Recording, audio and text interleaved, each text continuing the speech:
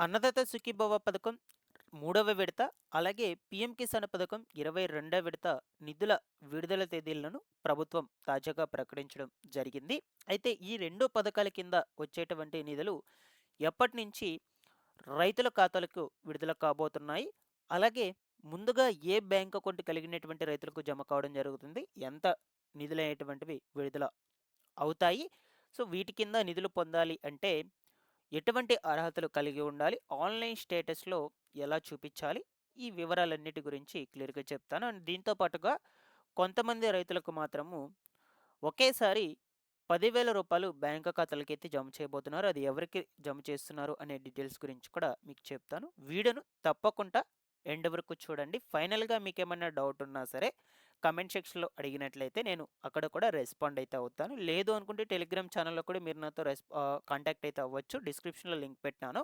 ఒకసారి టెలిగ్రామ్ ఛానెల్‌లో కూడా జాయిన్ అవ్వండి. ఒకసారి చెక్ చేయండి వెళ్లి. మీకు యూజ్ అయ్యే ఇన్ఫర్మేషన్ అప్డేట్ చేస్తూ ఉంటాను గైస్. తప్పకుండా జాయిన్ అయితే అవ్వండి. ఫస్ట్ టైం ఛానల్‌ని చూసేటువంటి వాళ్ళందరూ కూడా ఛానల్‌ని సబ్స్క్రైబ్ చేసుకునేసి రెగ్యులర్‌గా పెట్టేటువంటి వీడియోస్‌ని ఫాలో అప్ చేస్తుండండి. ఫైనల్‌గా ఈ వీడియోకి లైక్ చేయండి. లేట్ చేయకుండా టాపిక్‌లో గనుక వచ్చేసినట్లయితే మనకు రాష్ట్ర ప్రభుత్వం అందించేటువంటి అన్నదాత సుఖీభవ పథకం, అలాగే కేంద్ర ప్రభుత్వం నుంచి వచ్చేటువంటి పీఎం కిసాన్ పథకం. ఈ 2 పథకాలకు సంబంధించి అన్నదాత సుఖీభవ పథకం రెండవ విడత, అలాగే పీఎం కిసాన్ పథకం 22వ విడత నిధుల విడుదల తేదీలను ప్రభుత్వం ప్రకటించడం జరిగింది. ఆల్రెడీ అన్నదాత సుఖీభవ పథకం కింద 2 విడతల చొప్పున రైతుల ఖాతాలకైతే విడుదల చేసేశారు. అలాగే పీఎం కిసాన్ పథకం కింద 21 విడతల కింద రూ. 2,000 చొప్పున రైతుల బ్యాంక్ అకౌంట్లకైతే విడుదల చేసున్నారు ఇప్పటివరకు. అయితే మనకు ఈ పీఎం కిసాన్ నిధులొచ్చేసి కేవలము సొంత భూమి కలిగినటువంటి రైతులకు మాత్రమే జమ చేస్తూ వచ్చారనమాట. కౌలు చేసుకునేటువంటి రైతులకైతే ఎవ్వరికి కూడా జమ చేయలేదు ఈ రూ. 2,000. బట్ మనకు ఈ కూటమి ప్రభుత్వం అంటే ఏపీ ప్రభుత్వం, రాష్ట్ర ప్రభుత్వం నుంచి వచ్చేటువంటి అన్నదాత సుఖీభవ పథకం నిధులను మాత్రం కౌలు చేసుకునేటువంటి రైతులకు, సొంత భూమి కలిగినటువంటి రైతులకు ఇద్దరికీ జమ చేయాలని యోచనలో ప్రభుత్వం అయితే ఉందన్నమాట. ఆల్రెడీ సొంత భూమి కలిగినటువంటి వాళ్ళకు మాత్రము అన్నదాత సుఖీభవ పథకం కింద 2 విడతల చొప్పున రూ. 5,000 విడుదల చేసేశారు. ఇక మనకు లాస్ట్ విడత అయితే విడుదల చేయాలి. ఇక దీని గురించే డిస్కస్ చేసుకుందాం. ఇక్కడేంటంటే మీరు ముందుగా ఈ యొక్క పీఎం కిసాన్ పథకం నిధులు ఎప్పుడు విడుదలవుతాయని తెలుసుకుంటే చాలండి. సో, అదే డేట్‌న అన్నదాత సుఖీభవ పథకం నిధులు కూడా రిలీజ్ చేస్తారు. ఇంతకుముందు పీఎం కిసాన్ పథకం 21 విడత నిధులు నవంబర్ నెలలో రిలీజ్ చేశారనమాట. అప్పుడే మనకు ఆ డేట్‌నే అన్నదాత సుఖీభవ పథకంకి సంబంధించిన రెండవ విడత రూ. 5,000 విడుదల చేశారు. అప్పుడు మొత్తంగా రైతులు అందుకున్నారు. ఎంత అందుకున్నారంటే రూ. 7,000 వాళ్ళ అకౌంట్‌లకైతే పడడం జరిగింది. పీఎం కిసాన్ నిధులు ఎవరి బ్యాంక్ అకౌంట్‌లకైతే జమ అవుతాయో వాళ్ళందరికీ కూడా అన్నదాత సుఖీభవ పథకం నిధులైతే వర్తిస్తాయన్నమాట.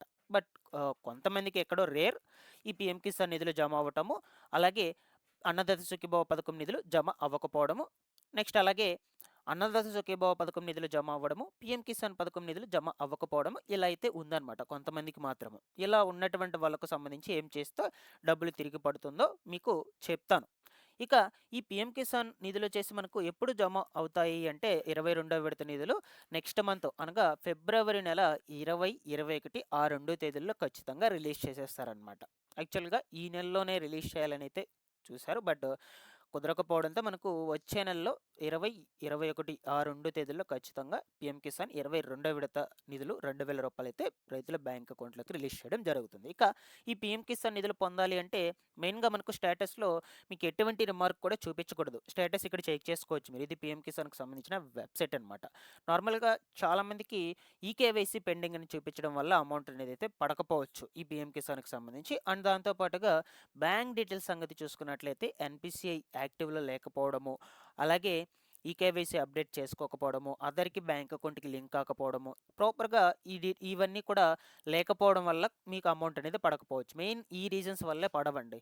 ఓకేనా? ఇంతకుముందు విడతలకు సంబంధించిన నిధులు కూడా మీకు పడకపోవడానికి గల మెయిన్ రీజన్స్ ఇవే. సో, ఫస్ట్ మీరు స్టేటస్ చెక్ చేసుకోండి. స్టేటస్ చెక్ చేసుకోవడం ద్వారా అక్కడ మీకు ఈకేవైసీ అనేది పూర్తి అయ్యిందా లేదా అని తెలుసుకోవచ్చు. పెండింగ్‌లో ఉందా అని. ఇక్కడ క్లియర్‌గా చూపించేసింది. ఏమైనా రిమార్క్స్ ఉన్నా కూడా చూపిస్తుందనమాట. ఫస్ట్ మీరు రిజిస్ట్రేషన్ నంబర్ ఎంటర్ చేసుకోవాలి.